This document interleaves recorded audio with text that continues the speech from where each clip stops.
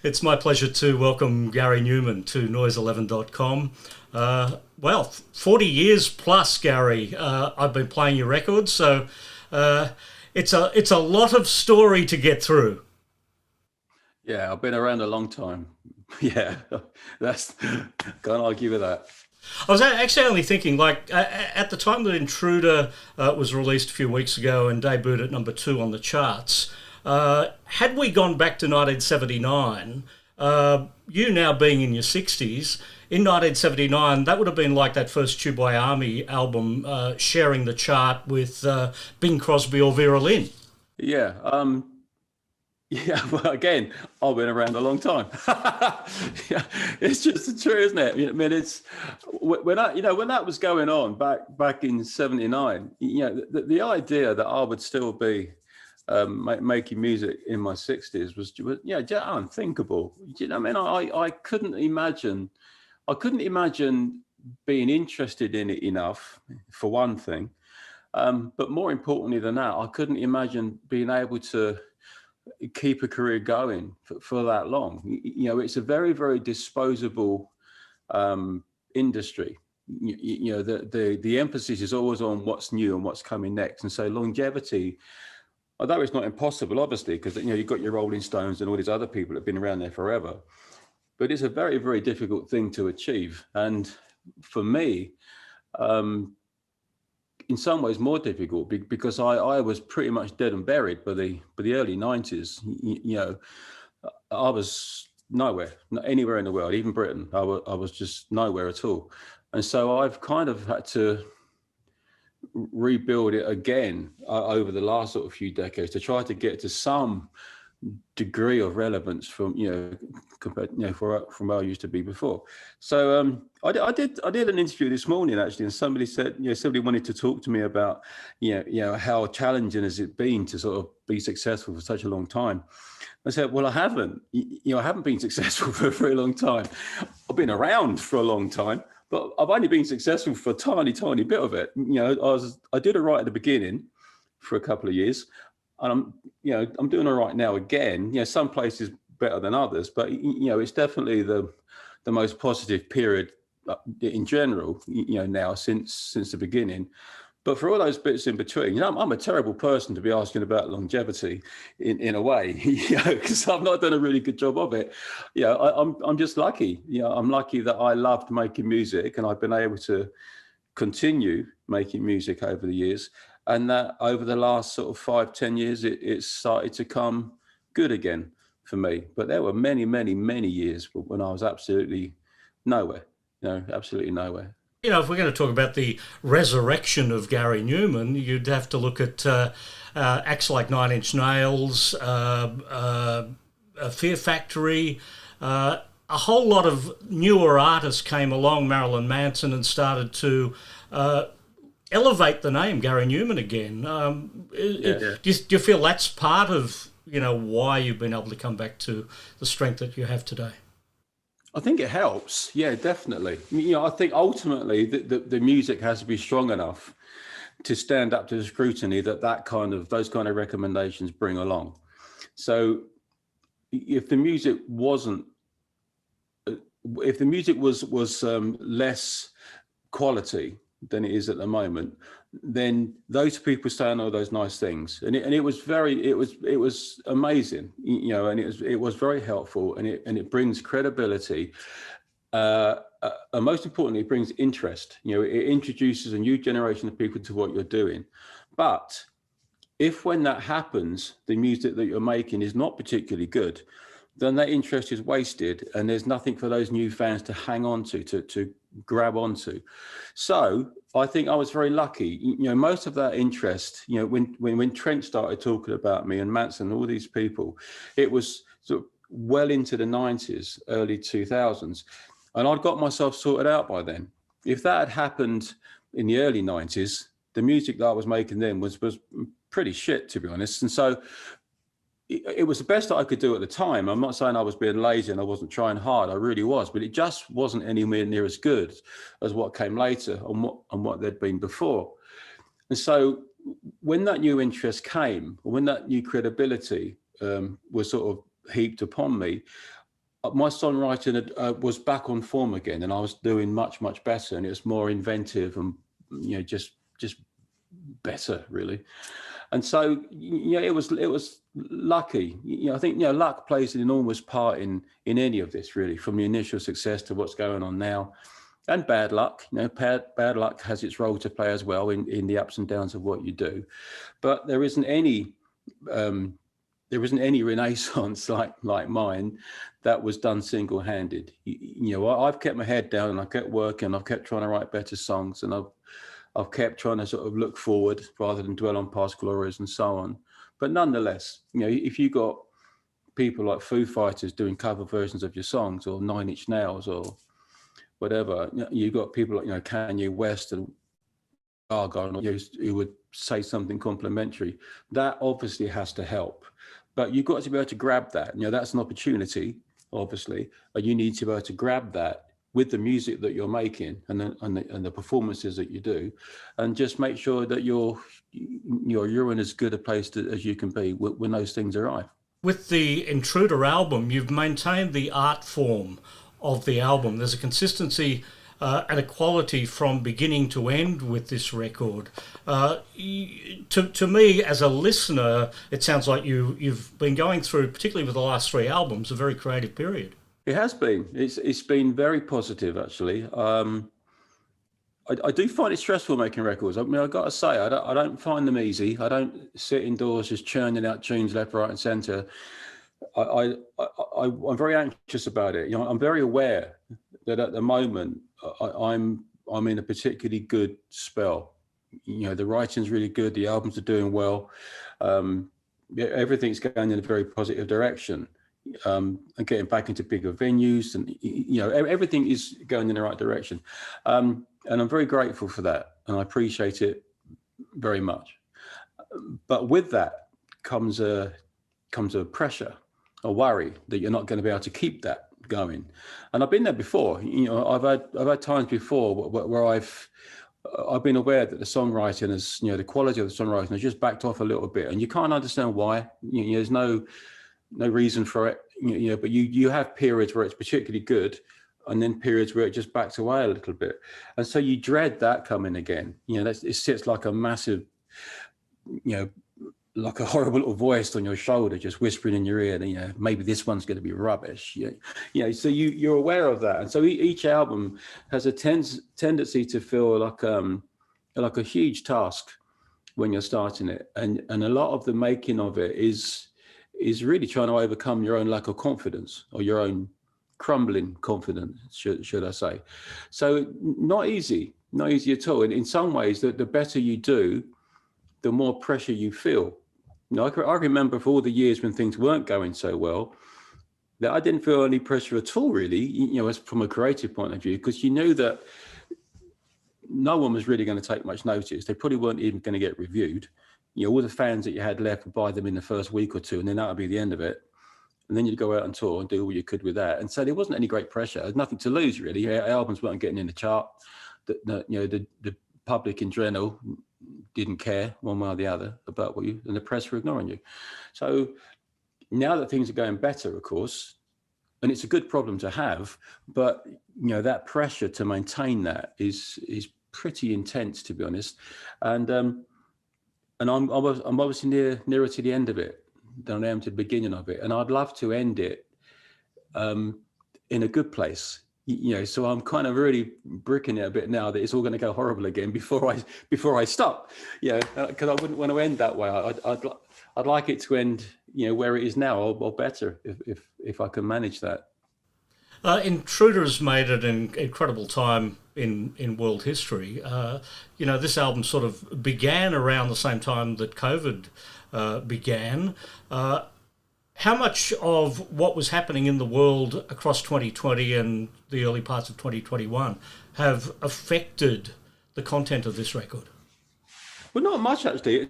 To be honest, I'd been on it but nearly a year before COVID came along. I started it way back in 2019. So by the time COVID really hit in March of last year, I was probably 3/4 of the way through the album. And the ideas behind the album, this thing about the earth speaking and how the earth feels and so on, but also about the earth fighting back against us, that we are, unknowingly been at war with the planet for some time. That was already there. That was already very much part of the lyrical content of the record. So when COVID came along, in a tragic way, it just fed directly into what the album was already saying, in that the earth is fighting back against us. It just gave me a good example of how that might be.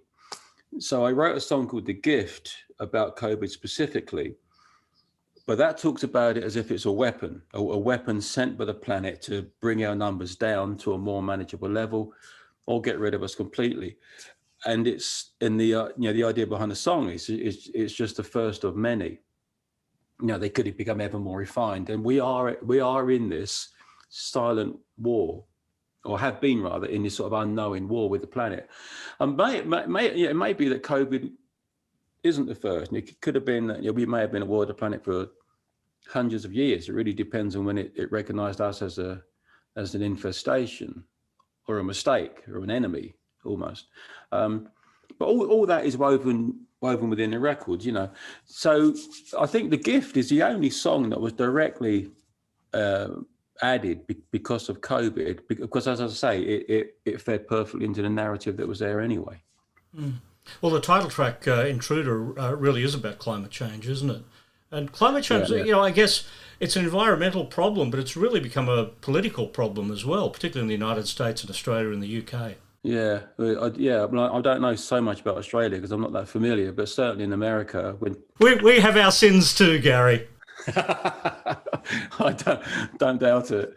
But I've lived in America now since 2012, so my perspective on these things is leans more towards an American understanding of it now.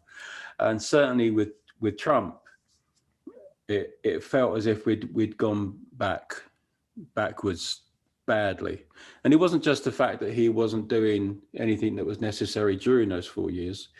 He was undoing the things that had been done before, Clean Water Act, Clean Air Act, all that sort of thing. He was undoing these regulations being put in place to make things better, even to the point of trying to force California to accept higher emission standards on new motor cars that were coming in.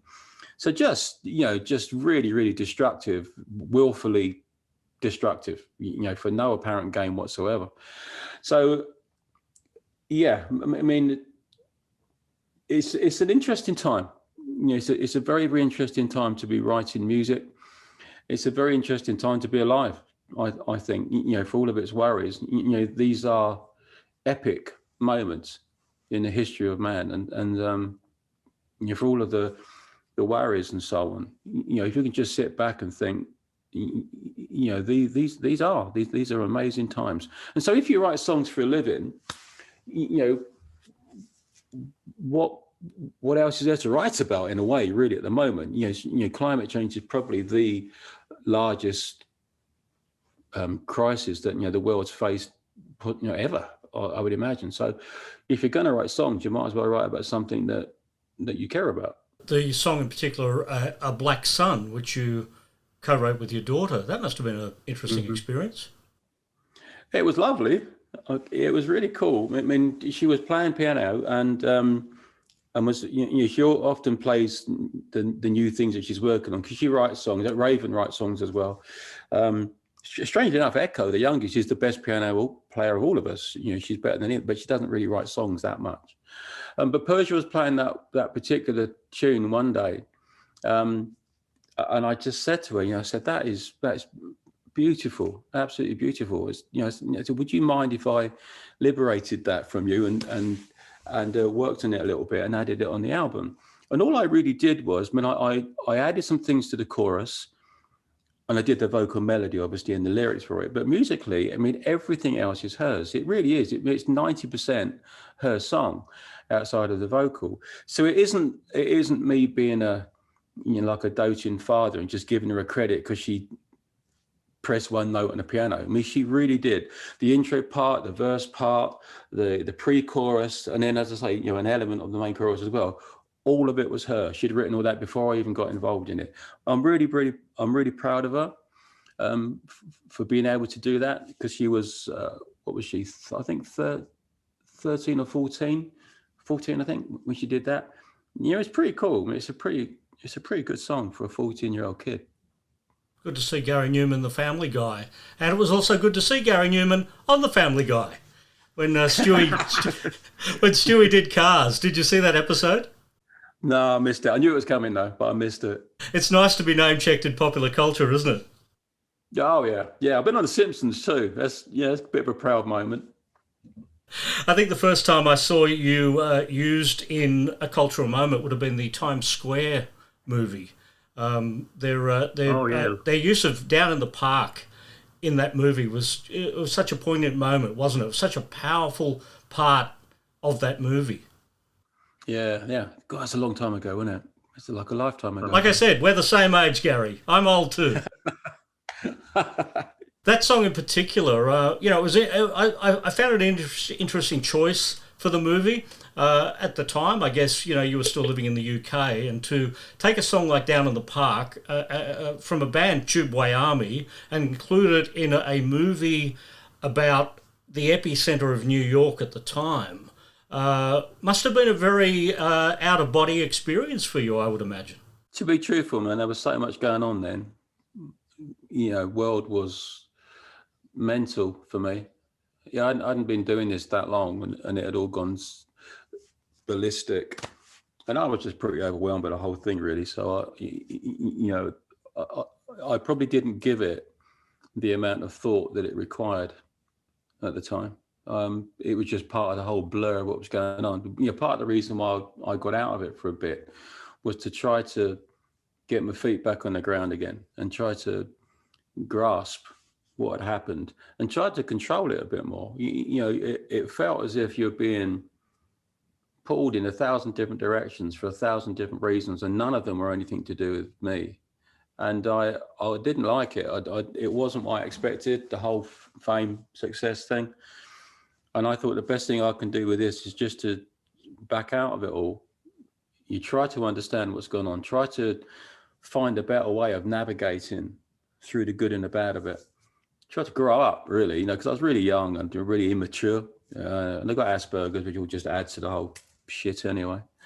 And I just thought, best thing, just get out of it. You get out of it to save your sanity, and then just come back if you want. Come back in a year or 2 or 3 or whatever. A little bit more in control of it, a little bit wiser. A little bit more able to, as I say, navigate your way through it. So, when all that was going on before, I was bouncing off the walls. I really was. So I don't have a great memory of a lot of the things that were going on then, and I certainly don't remember much about how I felt about certain things that were going on then. I think things like that film, it was just, and I'm just reeling from it. Best thing I ever did, I executed it very badly. I made this big thing about, I'm going to retire, I'm going to get out of it, which is really, that was the childish part of me, I think, trying to make drama out of it. But the decision to do it, the decision to actually back away from the whole thing and just try to grasp it all, was a really, really sensible thing to do in the midst of all that chaos. Really helped. I think it was really necessary, and I think it was, pretty smart of me to realize how necessary that was in the midst of all of that, and just take the decision, at the height of everything, just to step back from it all. It fucked my career up, to be honest, pretty badly. It's taken me another 40 years to get back to get back there, but to even look like I might ever get back to that point again. So it was a massive mistake as far as the way I handled it, but a very, very important thing to have done nonetheless, to keep me together and keep me as a decent person.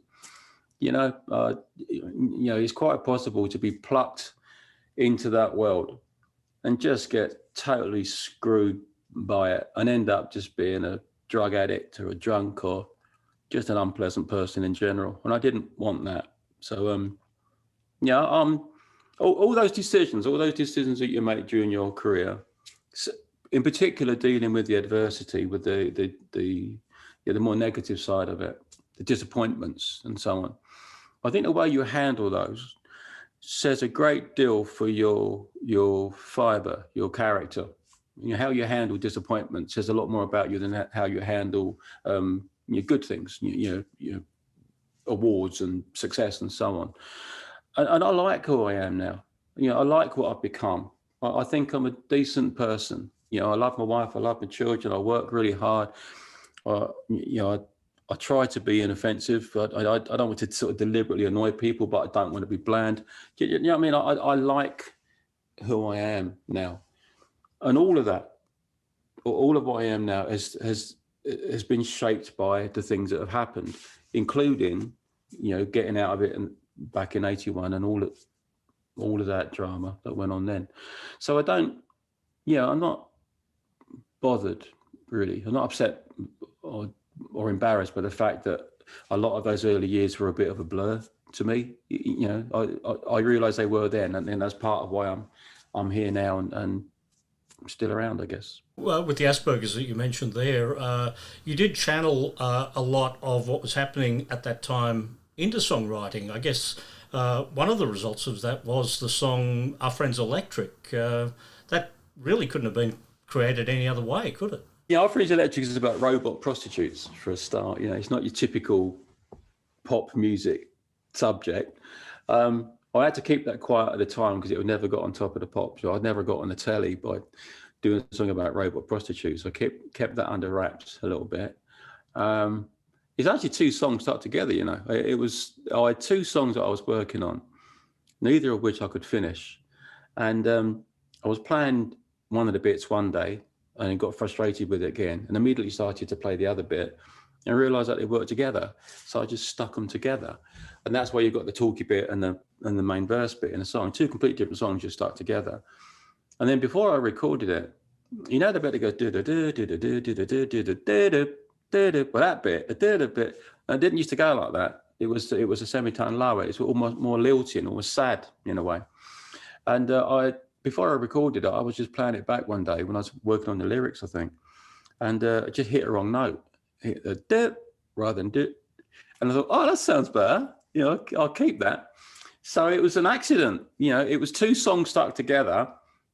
So much for songwriting skill, and it was bad playing that kept that most sort of signature part of it.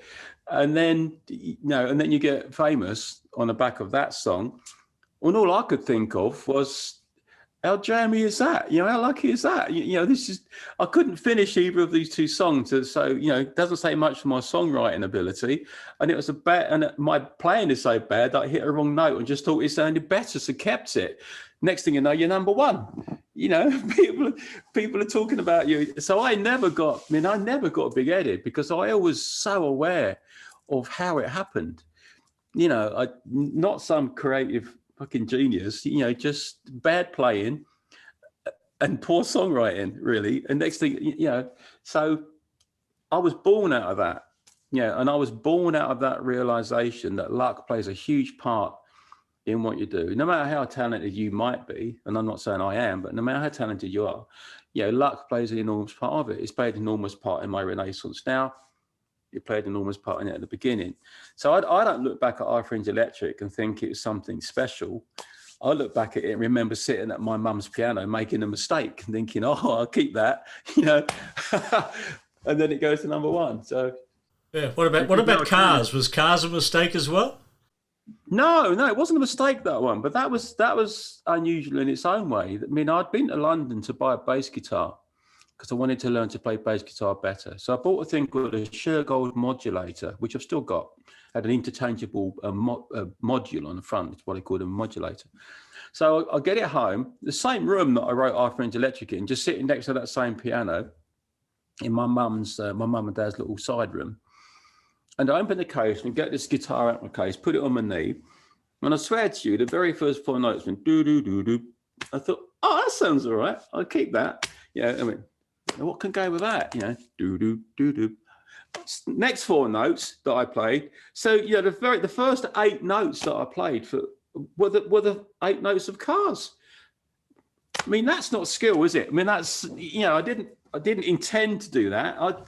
You just put your fingers on it and play something, and it happens. Yeah, that's how it works now. I go into the studio now. I mean, everything's written on piano now, but I go into the studio and I sit at the keyboard, and I have no idea. I don't go in there with a groove in my head. Well, sometimes, but not often. Usually I go in there empty-headed, and I sit down at the piano, and you just wait for that Cars moment to happen. You just start to play stuff, and it comes. It just comes. There's no skill there. I don't know if that's talent or not. I don't see it as talent, because it's not learned. It's not years of study. It's just you just sit down at a keyboard, and the tunes come. They just come. That's lucky, isn't it? I was born with that. I was born with it. So that's lucky. I'm lucky. I'm lucky that I can churn out tunes all day long if I want. I don't know. I've never seen it as. First of all, I mean, I see music as arguably the most sort of disposable of all the skills, the most easily the most common. An awful lot of people can write songs. Even people that don't have careers writing songs. You can churn out a song. It's not particularly difficult. Every week, every month, there are hundreds of thousands of new bands coming along, new kids getting into bands, writing songs. They're all good. Well, some are good. A lot of them are great. So there's this constant avalanche of new people coming along that can all do it. They're all good. So what we do isn't particularly rare, not particularly. It's not unique. There's an awful lot of people can do it, and I don't know. Yeah, so I've never thought of being a musician, or certainly not being a songwriter, is particularly special. Do you know what I mean? Because so many people can do it, and I'm all right. I'm one of them. I can do it, and so I don't see music itself as being particularly special, and so I don't see my role in it as being particularly special. So I don't walk around thinking that I'm anything special. I've always thought that I've been really lucky, and I'm really grateful to be doing it. And I've had a fantastic life, and I hope I've got a bit more to go yet in doing it. And I fully encourage my children to get involved in it. Two of them write songs as it is, and I'm all for that. It's a great life. I'm there to guide them through the ups and downs of it, which I didn't have, but that's not a big deal. But it's never made me feel special. It's made me feel lucky, and that's the truth of it. So I don't give it the gravitas, I think, that some people want from it. They want all these deep meanings and all this stuff, all about why it's so important and so on. And I just don't feel that. I love my bit of it. I love writing songs, and I love being involved in music, and I love being in a band. And the music that I make is massively important to me. But outside of me, I don't see it as being important at all. It's my thing. One final question. There is an Australian connection. There's an unreleased James Freud album that you produced. Whatever became of that? I don't know. I didn't get released, actually. I worked on that with James. There was one point I don't think they were very happy with me. I can't remember now, but I know we worked on it for a bit, and then there was a gathering, and they thought I was a bit too controlling, I think. I can't even remember what the problem was now. I don't. Did we finish it? I don't even know if we finished it. Apparently, it ended up in a sequenced form, but then it was never released. Oh, I don't know why. I down to whoever was behind James at the time. I guess it didn't want to release it. I thought it was, my only memory of it is I always thought James was great. I was a really, really good songwriter, a really interesting character. A real shame when I heard that he died. That was horrible. But I can't remember the album particularly, to be honest. But I remember being a fan of his, so I'm pretty sure I would have been a fan of the record as well. In the meantime, we've got Intruder to listen to, and hopefully, when this crazy world all clears up, we'll see you back down in Australia again. Yeah, I hope so. Yeah, we had an Australian tour booked, ready to go, and then the pandemic hit, and the whole thing just fell apart. So I'm hoping that we can pick that up again. Once everything's calmed down a little bit. It's great to talk to you, Gary. All right, man. Thanks a lot. I'll see you again. Bye-bye.